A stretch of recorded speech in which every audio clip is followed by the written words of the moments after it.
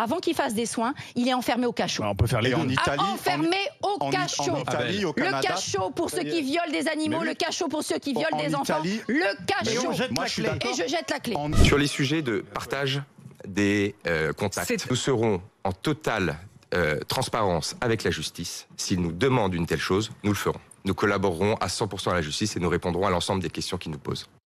Ah, là, ça va être intéressant. C'est Quentin Rufin, c'est porte-parole de Shein en France, qui dit « Nous collaborons avec la justice, ils nous demanderont quelque chose, nous mettrons tout à leur disposition ». Est-ce que ça veut dire qu'ils donneront les fichiers des acheteurs des poupées sexuelles de fillettes? Ça, c'en est une autre. D'autant plus que l'affaire a dépassé le cadre de Shein, l'affaire des poupées sexuelles, puisque désormais le parquet de Paris a confié 4 enquêtes à l'Office des mineurs sur 4 sites de vente en ligne. Donc il y a Shein, bien sûr, mais il y a aussi AliExpress, il y a Wish, il y a Temu, pour diffusion de l'image ou la représentation d'un mineur présentant un caractère pornographique. C'est comme ça qu'on peut poursuivre ces sites. Vous avez entendu le porte-parole, il dit nous on va collaborer. Alors ils l'ont déjà fait, puisque quand la répression des fraudes a constaté qu'il y avait la vente de ces poupées pour pédocriminels, tout de suite le site a retiré l'annonce. Alors est-ce qu'il faut aller plus loin et qu'il faut donner le nom des clients à la police et les poursuivre? De toute façon, ils n'auront pas le choix si la police le demande. Est-ce que vous croyez que Shein jouera le jeu et que ces plateformes sont honnêtes lorsqu'elles disent que ce ne sont pas elles, ce sont simplement des hébergeurs, et ce n'est pas elles qui fabriquent ces poupées, et que elles sont aussi en quelque sorte victimes de cela? Alors moi, dans tout ça, j'attends rien de Shein, mais j'attends que l'État montre qu'elle en a, très honnêtement. Il y a des chiffres qui sont très importants à rappeler. La France est le 4e pays hébergeur, le plus hébergeur au monde de contenu pédopornographique. Le 3e pays le plus consommateur de ces mêmes contenus. Toutes les 3 minutes, on a un enfant qui est agressé sexuellement ou violé. Et il faut savoir que 40% des adultes qui ont consommé du contenu pédopornographique ont essayé d'entrer en contact avec un enfant. Donc moi, ce que j'attends, c'est qu'Emmanuel Macron, il lui reste quoi, 1 an et demi de mandat, qui montre enfin qu'il est présent sur la question. Et je le dis en tant qu'éducateur et avec une certaine colère. Pourquoi ? Il y a quelques jours, on m'a montré un échange sur le Darknet d'un forum entre des pédocriminels et des pédophiles abstinents. La différence entre les deux, c'est quoi? C'est que le pédocriminel est passé à l'acte. Le pédophile abstinent, lui, il a des pulsions. Il n'est pas encore passé à l'acte et il consomme beaucoup de contenu pédopornographique. Et quand il y a des discussions où il y a une personne qui dit « Moi, j'ai 35 ans, je peux aimer une fille de 11 ans.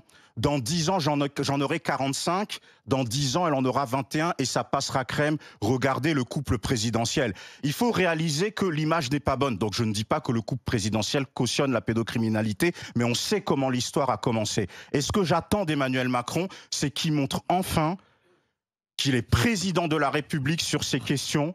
Parce qu'on a trop de victimes, je suis désolé, et il faut parler aussi des mamans des victimes et le fait de ces poupées. La justice agit. Bien entendu. C'est la répression des fraudes, donc c'est l'État pousse. C'est qui a pas signalé suffisant. Et la justice agit. Non, Roland Lescure a menacé de fermer Shein. Si on s'en réfère à la justice, Shein aussi peut trouver aussi des arguties judiciaires pour essayer de s'échapper. Je suis désolé, ces poupées, ça fait des années. Amazon s'est fait gauler en 2020 sur le même sujet. Ils ont tout retiré. Et allez sur Telegram, allez sur Snapchat.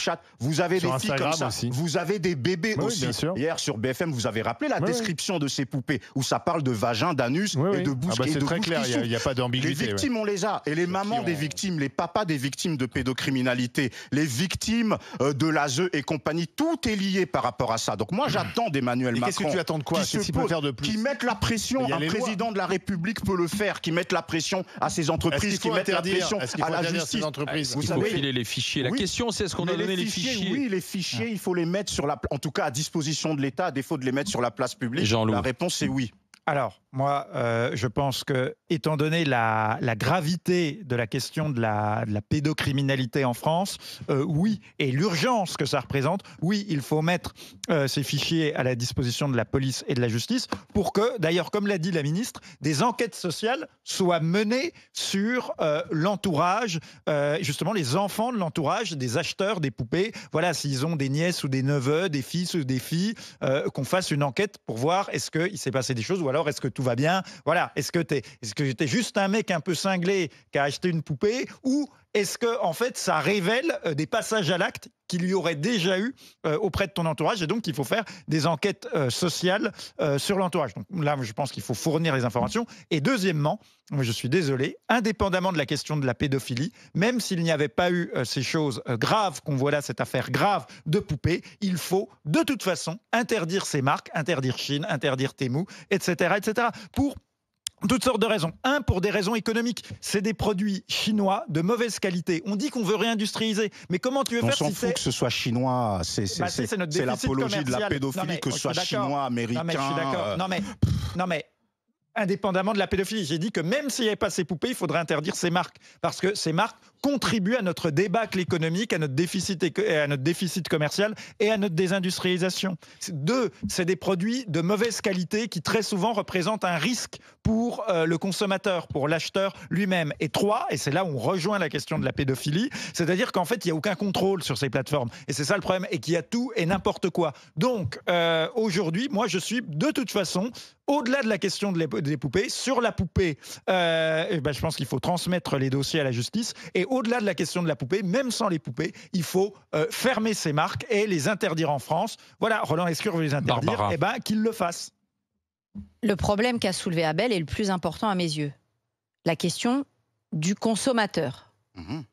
Moi, je suis navrée quand j'entends que la France est le 3e pays au monde consommateur de contenu pédopornographique. Ça vient d'où d'ailleurs il y a 66 millions de Français. Ça veut donc dire que dans notre vie quotidienne, on a sans doute croisé un pédocriminel. Peut-être d'ailleurs un pédocriminel dans un cadre professionnel où on ne se serait jamais imaginé qu'il y avait un pédocriminel, parce que c'est bien souvent d'ailleurs comme par hasard dans les milieux de l'éducation, dans les milieux de la puériculture que vous allez retrouver des pédocriminels, parce que c'est justement, ils viennent là où... Dans les associations qui font de l'éducation sexuelle. Où ils vont pouvoir trouver, on va dire... leurs futures victimes. Leurs futures victimes, ou au moins des enfants à traquer, à regarder. Donc moi, c'est ça qui m'inquiète le plus, c'est que nous vivons dans un pays où, quand c'est pas le darknet, que c'est acheter des poupées gonflables, etc., on a un pays qui s'enfonce lentement dans des comportements déviants d'une extrême gravité. Alors, pays champion du monde de la consommation des psychotropes, des antidépresseurs. Ça va pas fort là-dedans. Les jeunes qui se mettent la tête à l'envers, un coup c'est le shit, un coup c'est le protoxyde d'azote. Et la santé mentale des jeunes, ça va pas. Ensuite, la pédopornographie qui se répand et dont on est apparemment un des leaders mondiaux. Prostitution des mineurs. Prostitution des mineurs. Exactement. Tous les gamins de l'ASE qui, au moins 1 sur 2, vont finir exploités sexuellement.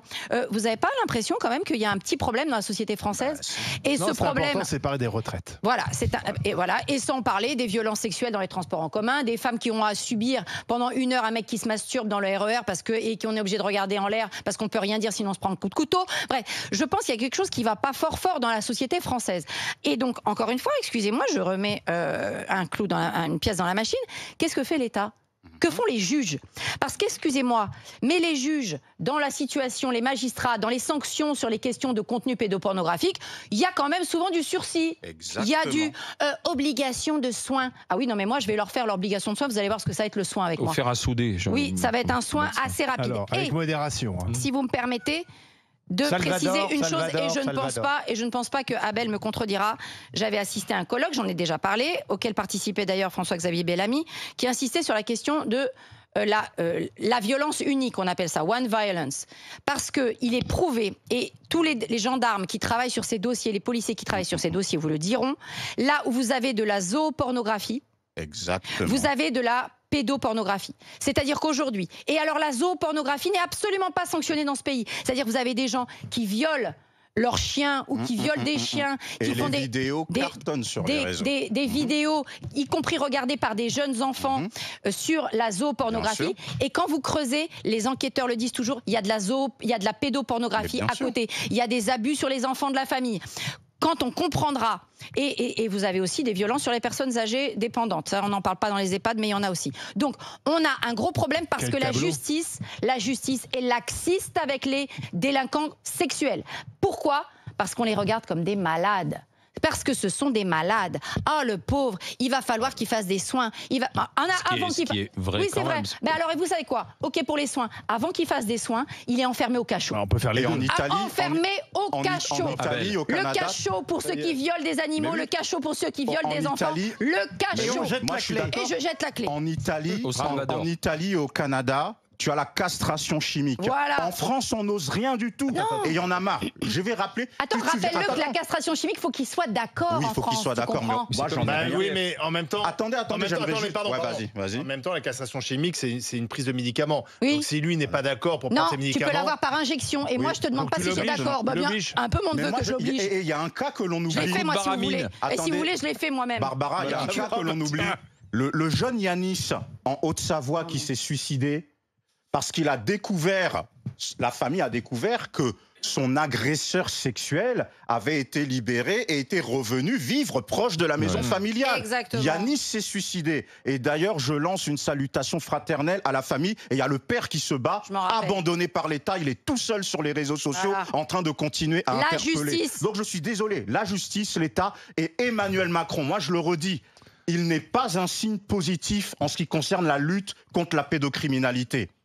Donc c'est à lui de montrer Ce que maintenant. tu dois quand même préciser, Abel, c'est que dans 90% des cas, c'est dans les familles que ça se passe. Bah oui. Et ça, c'est Oui, important de le dire. d'accord. Et on oui, mais ferme c'est la Chine. Et on c'est ferme toute la Chine. difficulté. Alors, Oui, mais Et on c'est pardon, ferme mais Chine Abel, et on transmet c'est les toute la fichiers. difficulté parce que ça se passe en vase clos dans le La silence. prostitution C'est des plutôt- Ça mineurs, se passe c'est en pas vase dans clos, les mais vous GG, avez aussi il des est- magistrats qui préfèrent justement préserver la cellule familiale. Il est Qui 11h moins préservent 5. pas la cellule Il est Il est familiale dans ces 11h cas-là. moins 5. Suite des GG dans un instant. À tout de suite.